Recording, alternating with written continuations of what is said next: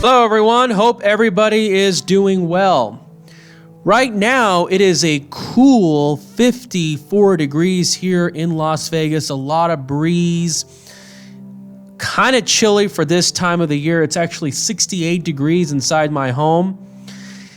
Now, a lot of us know that the retail sector, brick and mortar, has been struggling for the last several years. There's no question about it. A lot of strip malls, shopping malls are feeling like they're becoming ghost towns.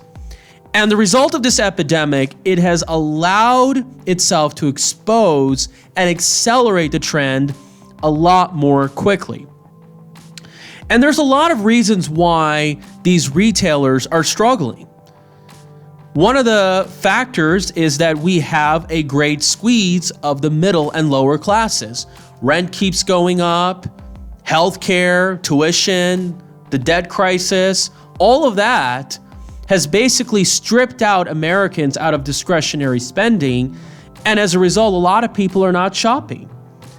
One other obvious reason is, of course, e-commerce, but I don't think e-commerce is going to completely take down brick and mortar anytime soon, because I've bought a few things online and I'm planning to return at least 2 of the 3 items, because the problem is you want to go to the store, use it, and then you want to return it right away. So there's a convenience factor.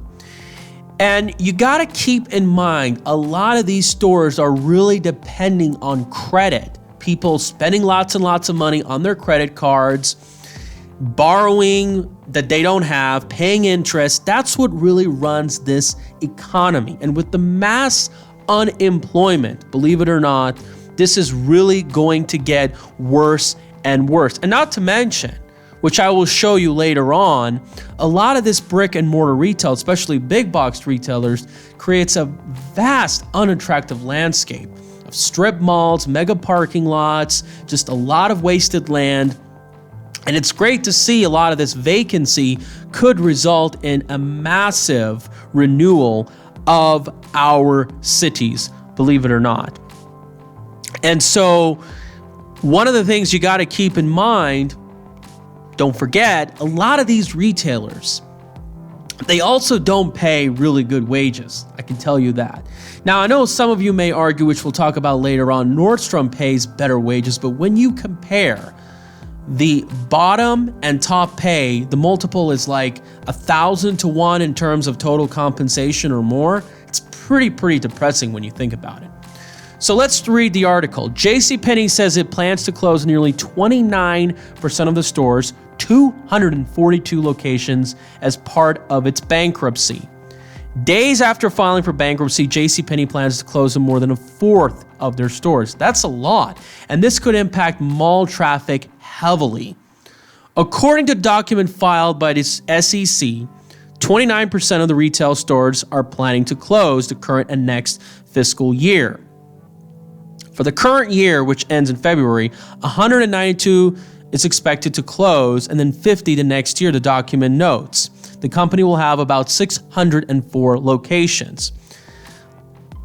And you can see here the bankruptcy sets in motion and process of the permanent store closings. And you can see they're trying to reinvent as the retailers aim to stabilize finances and avoid outright liquidation, a fate that Toys R Us, Payless, and others haven't been able to avoid. The list has not been released, but we can take a look. We can pretty much see where those locations are going to be located. So let's go in my computer and I'm going to type in JC Penney. And this is the Las Vegas Valley. And let's see what's going on. And by the way, I wasn't a big fan of JCPenney. I think one of the reasons why they're still struggling because you go in and it's really boring. Now, you can see it's about 30% of the stores. So basically on a ballpark, I could assume that the JCPenney store is more likely to close is going to be right here in the Southwest region, close to Summerlin South, Spring Valley. First of all, it's not located in a mall. I believe they wanted to make it a shopping mall here, but I believe the last economic crisis basically destroyed those plans. And I've been in that JCPenney one time. It is literally empty and depressing. So I think this one's going to close. I think these two are going to remain. Now let's go to Nordstrom. They are closing as well. You see, I used to think Nordstrom and Neiman Marcus and all those other stores are going to be kind of immune from this retail apocalypse, but I guess it's worse than I thought it would be. And you could see right here, there's just a long list of closings. Now, they're closing one in Oregon after I believe they closed one in Salem. So there's a lot of stores in the Pacific Northwest, believe it or not. Nordstrom, once again, its main focus is in Seattle, Washington. And there's a good number in Florida, the Northeast, and Texas, Chandler, Arizona, and there's a good number of them in Southern California. This is pretty depressing, believe it or not. And let's take a look at the list. Now, none of them is here in Las Vegas, but as you know, I have been born and raised in Southern California, and let's take a look at the list. Santa Barbara. See, that's not too surprising considering the fact that Santa Barbara doesn't have that many people, although they can get some customers from Ventura County, San Luis Obispo. But Santa Barbara has a lot of wealthy people. I believe at one time they did have a Saks Fifth Avenue, so they've been losing a lot of their upscale stores, believe it or not. And so you can take a look right here. Escondido is closing a store. That's no surprise because usually a lot more upscale people in the San Diego area usually live on the west side of the county. And I know you're watching this, Bull Boom Bear Bust, that YouTube channel. Riverside, California, the Galleria at Tyler, they're closing that. Goodness gracious. They're closing the one in Pleasanton, California. And this is, of course, in the inner areas of the Bay Area. And here's another real shocker, Montclair Place. Now, I have a lot of memories of that Nordstrom because I used to go there many times when I was a child. As you know, I was raised in the city of Rancho Cucamonga for about 13 years. And before Victoria Gardens opened, Montclair Place was really the closest mall that you can go, and they're closing, and they just closed a Sears, and this along with Montclair and Riverside. I guess the Inland Empire doesn't really have any Nordstroms available anymore. They're losing a lot of their higher tier stores. Maybe I guess they're not that naive enough, or maybe they're smart enough not to spend lots of money. I guess you can argue on that end. But that mall, keep in mind, just closed a Sears. So it's pretty depressing to see how this all turns out. And they're closing one in San Juan. Hard to believe that they'd ever have one. And then it's not just Nordstrom. Look at this. Pier 1 is planning to close a lot of their stores. And when I was growing up, my family, particularly my relatives, my mom and so forth, we weren't a fan of Pier 1. I guess when I spoke to my mom today about this, she told me that it's because they were relatively expensive and they weren't a big deal. I believe it was Sally Field was the one that was advertising this. And they're literally closing all the stores. Let's take a look right here. Pier 1 said in talks with several prospective buyers to sell remaining assets. And there's a 58-year legacy. Glassware, furniture, and other home decor. So they're going to continue liquidation. And it founded in San Mateo, California. And let's take a look at the Pier 1 locations that are actually there.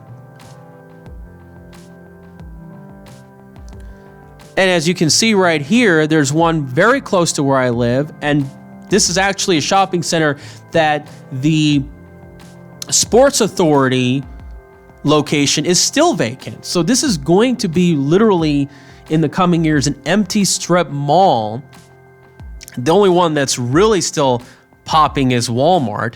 There's a Pier 1 in around the Summerlin area.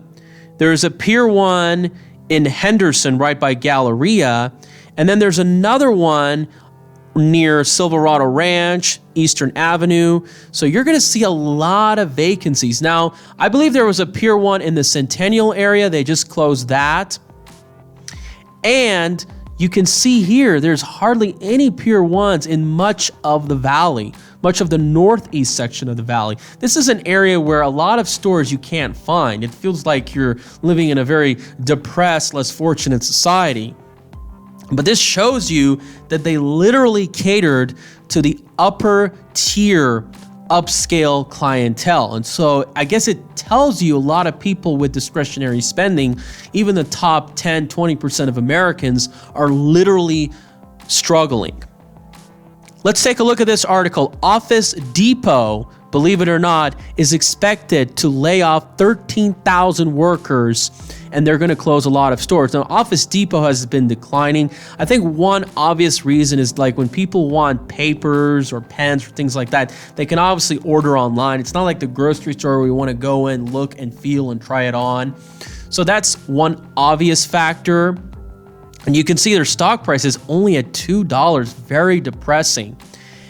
And they're trying to save $860 million by 2023. Who knows? Maybe these companies are not going to be around. Maybe this economic fall down is going to accelerate. Now let's take a look at Office Depot, and you can see which stores they have available.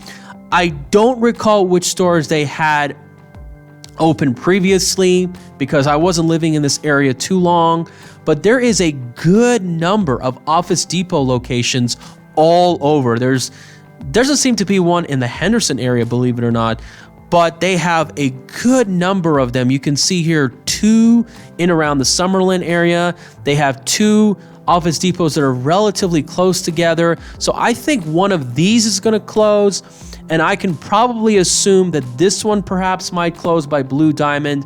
I'm not exactly sure. And I think the Office Depot that's going to close is probably going to be the one in Summerlin, probably because it has a higher rent and it's really far out in the west end area of the town. I could be wrong, but once again, there's hardly any Office Depots in this northeast section of town. It's interesting to know that you don't find a lot of stores, even middle tier stores in this area. This is really looking like a third world area section of town. But anyway, you let me know what you guys think.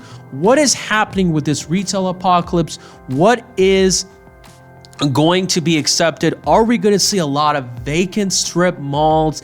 And this is one of the things, unlike California, where land is very valuable and they can be repurposed very efficiently due to the high demand, we are going to see a lot of vacant lands, a lot of weeds growing. Could these areas be redeveloped? I hope so. We can make them into more different use, multi-use centers. But then again, there's a lot of reports show that we are seeing a decline in real estate prices. And if we see a decline in real estate prices, then the demand for land will certainly come down, and there's less likely that there will be a repurposing. And even though there might be new demand for new structures, does not mean that they will reuse them. They will just continue to spread out, and that will waste possibly a lot of resources depending on what you build. All right, everybody, thank you guys so much. If you like this content, please share, please subscribe. Thank you so much. Welcome to the channel if you're new. Take care. Please stay tuned for more videos.